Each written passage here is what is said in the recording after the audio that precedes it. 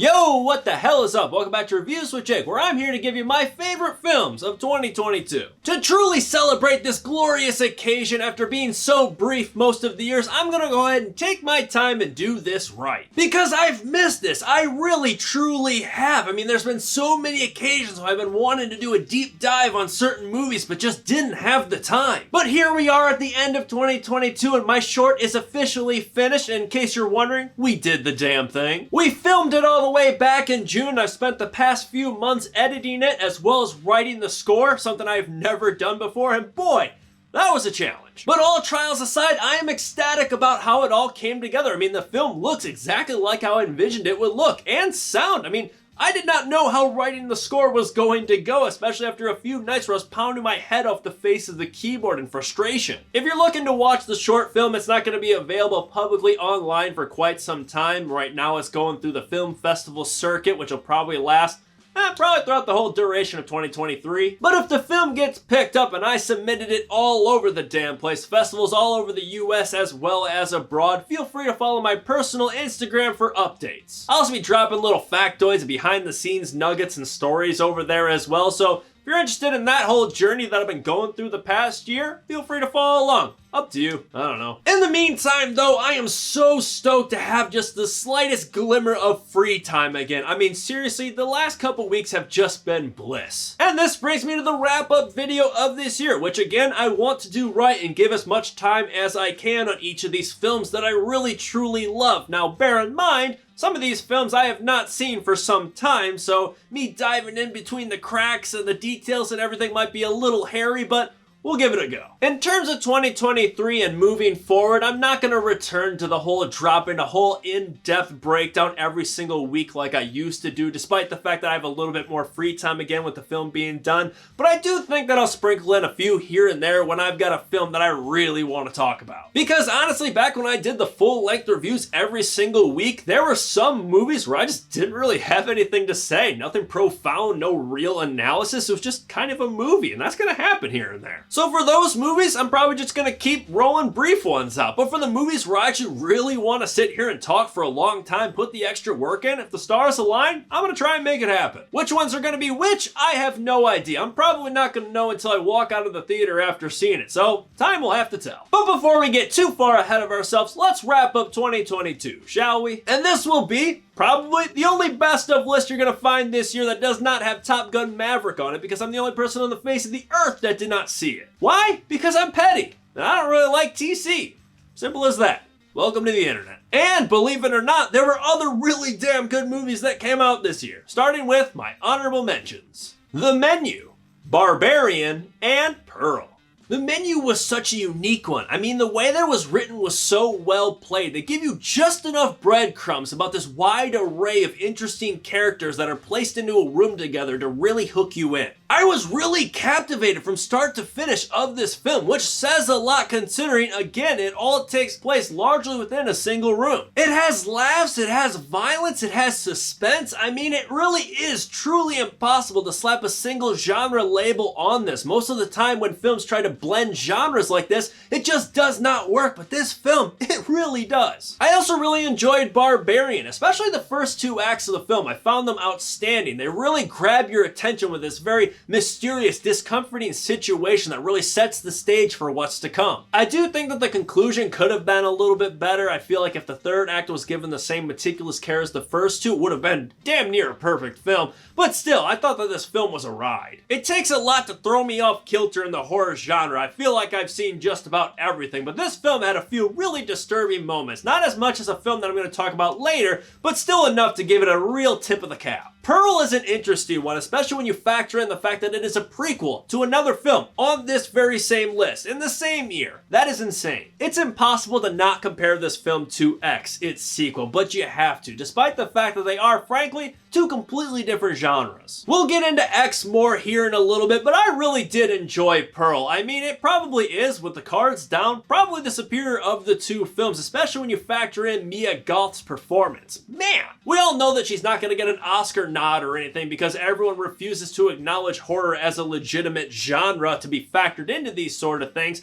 but we all know that she really deserves it with this one. I dug the hell out of it. And now, my top 5 films of 2022. Number 5, The Batman.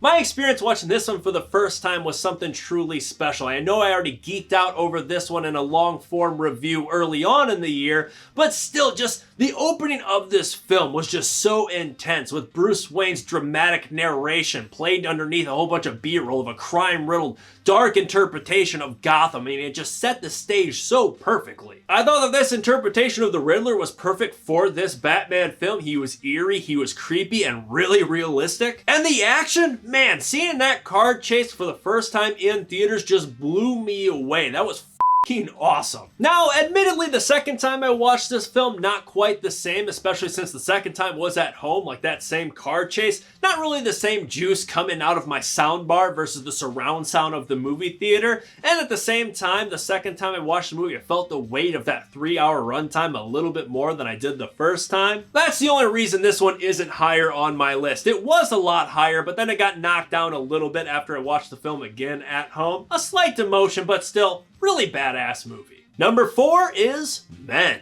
This is one that I've been itching to watch again. I've only seen it the one time in theaters, and it is just begging for a rewatch. Because much like Alex Garland's other films, it's all about the metaphors and the analysis, and if you're not new here, you know that this is my jam. Beyond that though, man, this film was really good looking. I mean, the cinematography was breathtaking. The colors popped just so vibrantly. It was a feast for my eyes. But what was not a feast, in the best way possible, was the conclusion of this film. Obviously, no spoilers here. I'm not the person to do that, but even if I wanted to be, I don't even know how I would accurately describe what happens at the end of this movie. Like I mentioned with Barbarian, it takes a lot for me to get truly stunned and disgusted watching a horror movie, but this movie just left me breathless. I'd say that I loved it, but I don't think that that is accurate. I mean, it is f***ed up and really hard to watch, but I think I more so just love the fact that they went for it. Like, to end this movie the way that they do is so damn bold. I mean, it draws a line in the sand. You are either in or you are out. For me, I appreciate it for the fact that it was so disgustingly unique that you just can't help but respect it. Plus, when you factor in the whole movie, you got 2 beautiful acts that are just so well done and executed, and a third act that is just so bizarre and out there that you just can't help but talk to other people about it to be like, what the hell did I just watch? I mean, for a completed film with 3 acts, that's not a bad place to be. Number 3, X. As I foretold, X is in my top 5 ahead of Pearl, even though the fact that I do think that Pearl, again, is probably the better of the 2 films. Why? Because I had so much fun with this movie. I mean, I had a blast. It was such a good throwback to the slasher, summer camp, bloody cabin films, and it encompassed that so perfectly. It was created so tactfully. It had thrills, kills, violence, and gore. It had hits of comedy and a refreshing yet dirty sense of humor. It had plenty of sex appeal to appease the hornballs while making them vomit on the very next scene with some really disgusting, awkward, and uncomfortable scenarios. It just skates this very familiar yet unique line that just everyone in my theater was just dying laughing and just riding the wave of emotion with each other. It was great. Number 2, The Northmen. I was so excited for this one because if you could slap one word on every single Robert Eggers movie that has been made so far, it is immersive. He is just a master of taking some folklore, some little chunk of culture that has been long forgotten,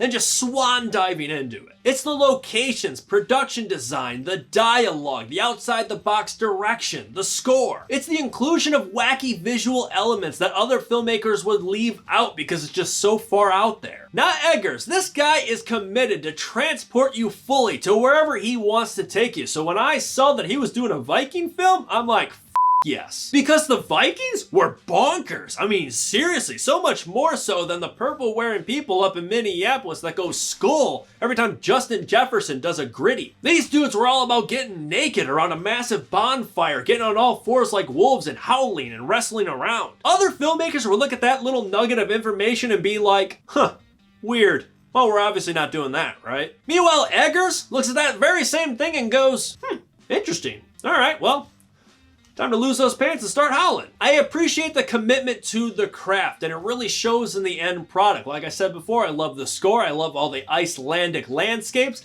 I love the story, even though at the end of the day, it is pretty much just Hamlet. A really long version of Hamlet. I'll admit this film is a little long, but I enjoyed the hell out of it. Mostly because he did a great job of sprinkling in little action sequences here and there to keep you engaged. I mean, this is much more of a slow burn film than other sword-wielding tales, so don't go in expecting it to be action-packed. Which I'm usually fine with. I love a good slow burn as much as the next guy, but I've learned about myself I don't really like it as much in movies with the cold hard steel. I don't know what it is, maybe it's just me being a dork, but when I see a guy or people with swords, I just gotta see them hit each other. They have to clash. Maybe it's just me. So when comparing this art house medieval-esque film to another recent entry, The Green Knight, which I was also very excited for, I think I vastly prefer this movie over that one because I felt like it was making much more of an effort to keep me engaged. And boy, when this film decides to do action, it is next level stuff. Seriously, keep your eye on Robert Eggers for more future action-heavy projects, because he could direct the piss out of it. Not that he would, I think that he prefers to keep his movies a little off-kilter and less accessible, but I'm just saying, he could very well be the director of the best action movie of 2024 if he ever chose to do so. Lots of long, wide takes, some of which were just oneers. Some action sequences were just one continuous shot of a camera scooting throughout a town getting ravaged by Vikings. It was some 1917 shit.